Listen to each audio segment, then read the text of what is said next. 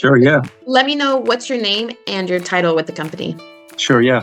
So my name is Rinaldo Sintjago, and I am the franchise development manager for Junkluggers. So just basically guiding everyone that's interested in the franchise in the process every step of the way, since the introductory call to just planning about the franchise, giving them an overview, going into the detail as far as like the franchise disclosure document, arranging calls with the president, discovery day, and everything up to the franchise agreement, basically until signing. So. Yeah. Okay, and tell us a little bit about your franchise opportunity. So we are basically in the industry of junk removal, and we have been around just about 20 years. I actually started franchising in 2013, but we pretty much started growing from 2020 until basically right now currently. But we are different in the space in junk removal because we are a brand that is really eco-friendly. So we're very, very conscious about the environment. Like, for example, by this year, we want to be 100% green, meaning that we're not going to take any items to the landfill. And that resonates with a lot of people. We're talking about items that could be recycled or donated or perhaps refurbished and resell, but not trash. That's basically what we are in the business on, just junk removal. And we have actually diverted over 50 million tons of materials away from landfills. And we are, of course, growing in that sense. But another thing that's different about us is that we also provide accountability for everything that we are donating. So we provide donation receipts to customers with everything we're donating, but also for corporations too. And a lot of corporations like those receipts, not for the tax write-off or benefit, but mostly because of their PR. They want to become more involved in their community and basically gives them more business too. Grocery stores, hospitals, you name it, big businesses. So we are in a space that is basically growing a lot too. The industry is just pretty much getting started. Basically in 2004, only 3% of the population was aware of junk removal services. So basically, like if you asked anybody back then, like what would you do with an old couch? Most people wouldn't know that there was a junk removal service. They would just pretty much take it to the landfill or have a waste management company just come and pick it up. Now it's about 10% of the population that is aware of these kind of services. And the industry is about 2 to 3 billion a year. And it grew from just 200 million or so just 20 years ago. So we still don't know what the cap is as far as the total potential. But it's very closely related to the waste management industry. And that's a $75 billion industry. So basically, we're just kind of getting started here in this space. And we're seen as basically one of the best options. If customers were to be asked if you want to do business with an eco-friendly brand as opposed to one that doesn't care, about 88% of the customers tend to choose one that cares about the environment, regardless if they do any recycling themselves. So that's where we fall into. Yeah, and the question everybody wants to know, if somebody wants to own this type of franchise, about how much money do they need to invest in it? I mean, that's a great question because they can really invest depending on what their goal is. They can invest starting with one truck or two trucks in a warehouse or more than two trucks, just depending. So basically, there's not a requirement to start out with two trucks and a warehouse. A lot of people just start with one truck. When they're starting with one truck, the total investment could be anywhere from $100,000 all the way up to 339, but that's if you have more than one truck. But you can keep it around $100,000 with a truck, or 150, just to be kind of more precise there, with the truck, working capital, and the franchise fee included. So you can start with two trucks if you wanted to in a warehouse, because it would just depend on your commitment as far as and how fast you want to get to your revenue goals, because each truck can actually generate between 400 to 500,000 in revenue per year, because that's their capacity. They typically can do about 3 jobs per day. Each job is about 600 a piece on average. But if they want to add another one, then revenue generates basically twice as much. And each territory could generate a lot of revenue in terms of putting trucks on the territory. So potentially, because our territories are very big, you can put up to 10 trucks in a territory or more, each one generating 400 to 500,000 on average in revenue. So it is a very good opportunity. So it just depends if the investor wants to kind of get to that goal quick as far as their revenue. Their margins typically, as far as EBITDA, their first 3 years or so, it's about 19% as far as their profit margin or so. And it grows from there at between 23 to 25% because they have paid off a truck or two or more by their third year, for example, and so on. But it's just kind of depending on the investor as far as what their goal is. So.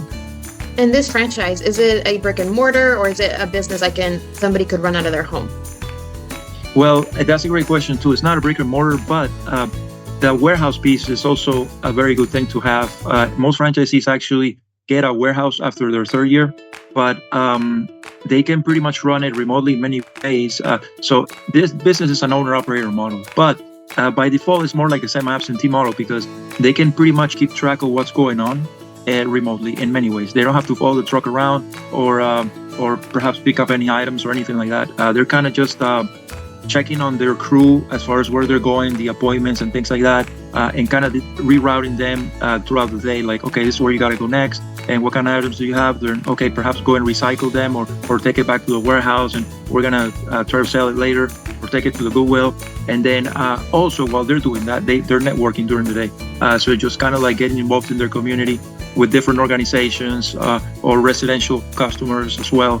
But just getting the name out there because this is a business that's all about awareness. It's not really selling a deal or a special just because if you call us, we give you 50% off, because this is a business that is a pain point that people will call and they just need these services as fast as possible, as soon as possible. So it is just a matter of just getting our name out there and having the community knowing that we have a presence there in that territory.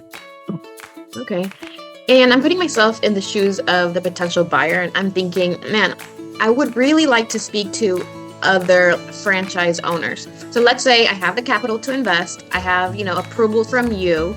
Would I at some point be able to speak to other franchise owners that own this exact concept? Yeah, definitely. That's part of the process, and it's pretty much the most important one too, because once they talk to the franchisee, they can put themselves in their shoes, and pretty much they trust their advice more than what we can tell them. So it's very crucial and very important piece of the process. Typically, we get them in touch with franchisees after we have reviewed an FDD and perhaps talked to the president, Justin Waltz.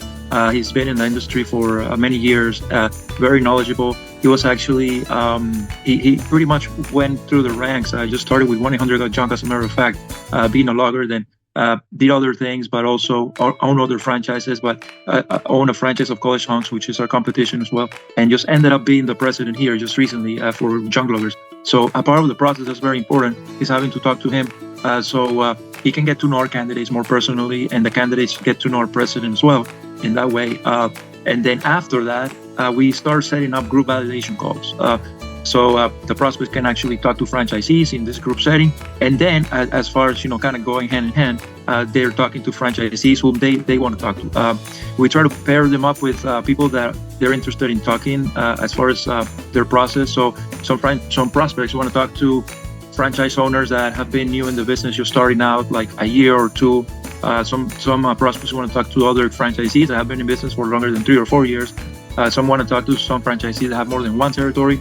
Some want to talk to franchisees that have multiple trucks and things like that. So we kind of set that up too. And then after that is attending discovery day and then getting the franchise agreement ready. So we've talked about really positive things, but I do have a question. What that's maybe not as positive, but it's still an important question to address. What is possibly like one hurdle that franchise owners have to overcome in this type of industry? Well, I don't know if there's a particular hurdle with this type of industry that's kind of different than any other business, because everybody, for the most part, a lot of people that are looking into buying their own business, most of them have actually never owned a business before. So there's a lot of new things that are coming into, for example, staffing, that's one, of course, just learning the business model and what kind of support they're getting from the franchisor and things like that. I think those are the most important pieces for anybody that's looking into buying a business. For this particular industry, really, it's no different. And it's actually even more attractive when you actually start looking into this kind of business, because you have a lot of things that you're not having to worry about, like brick and mortar businesses. So, for example, that warehouse piece or location real estate, you don't have to worry about that. Even though most franchisees do own a warehouse after their third year or so in business, it's not something that you got to start out with and just kind of worry about. I cannot start until I find a location and so on like that. It doesn't apply. So basically, you can get started pretty quick. There's no inventory either. So yeah, all it is just basically a truck and a few guys, and then we pretty much handle everything. We have a call center that will take in all the calls coming in, schedule the appointments, give the customers an estimate. They'll even filter out spam calls and solicitation, and pretty much everything else. So it takes a load out of the franchisee as far as all that, and gives them more time during the day too. So yeah, those are the things that are very attractive. And also, of course, just that piece with recruiting staff and personnel. This kind of industry is very attractive for a lot of people, just because it is a simple job, doesn't require any technical skill, and they make good money, and they typically grow within the organization and really fast. The franchisee, if they're adding like one truck per year, they're adding another 2 or 3 employees. Before you know it, he needs to basically delegate some of the work that he's doing with business development or training more crew members, or perhaps taking care of the warehouse. So they pretty much ascend to the ranks pretty fast. And then they sometimes can work for the corporation as business coaches. Some of them become franchisees as well. And honestly, like, even when they start out, they can make employees anywhere from $20 to $30 an hour, depending on the location and the role.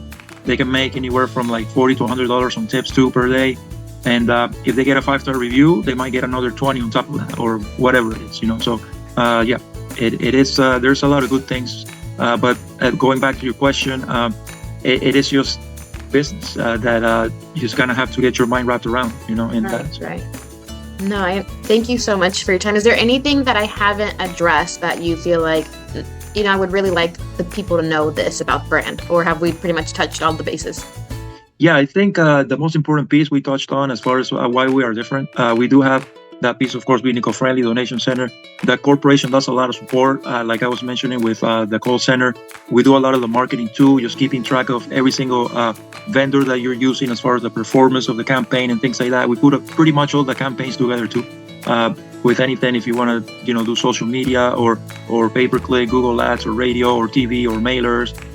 We do have a lot of national accounts too, and that's a piece that's very important, because franchisees want to know that they have some recurring business, some commercial business, and because we are part of Authority Brands, which is our parent company, that's a multi-billion-dollar corporation, and because of that, we have a lot of companies too at the national level that we have contracts with to service their businesses. Some of them are big, of course, huge. Home Depot, Walgreens, 7-Eleven, Taco Bell, Chipotle, Dennis, you name it, a whole bunch of other ones. So basically, like, we have over 150 of them.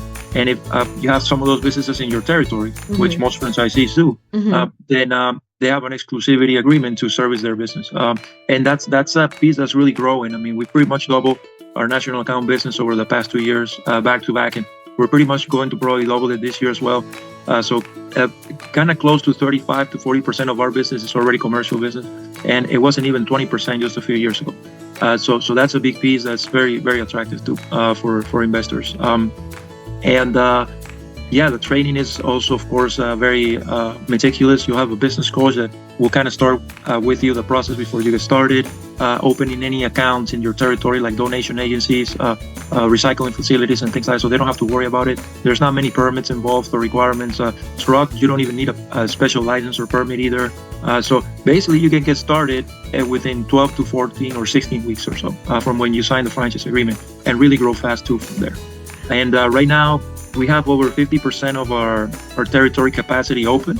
We're a new brand in the industry, but we come from that support from Authority Brands. We use a lot of technology, AI, to be more efficient, more productive, and yeah, we're basically on our growing phases right now. So yeah, if you think, for example, that you want to own a business and you don't know where to start, you want something simple that by nature is semi-absentee, and you have a lot of support, this is something to consider, because it is also an essential business that actually saw the most growth during COVID too. So that's a huge point. Huge selling point. Yes. Yeah. Well, thank you so much for your time. I'll definitely tag. Do you guys have social medias? I'll tag them in the. Yeah. Definitely. We do have social media. I don't have a particular Twitter or anything like that, but yeah, we can definitely do the hashtags there on our platforms. Yeah. Yeah, LinkedIn. Yeah. Well, thank you so much for your time. I really do appreciate it, and we'll be in touch. Thank you. Great, Raquel. You too. Thank you for your time. Appreciate it.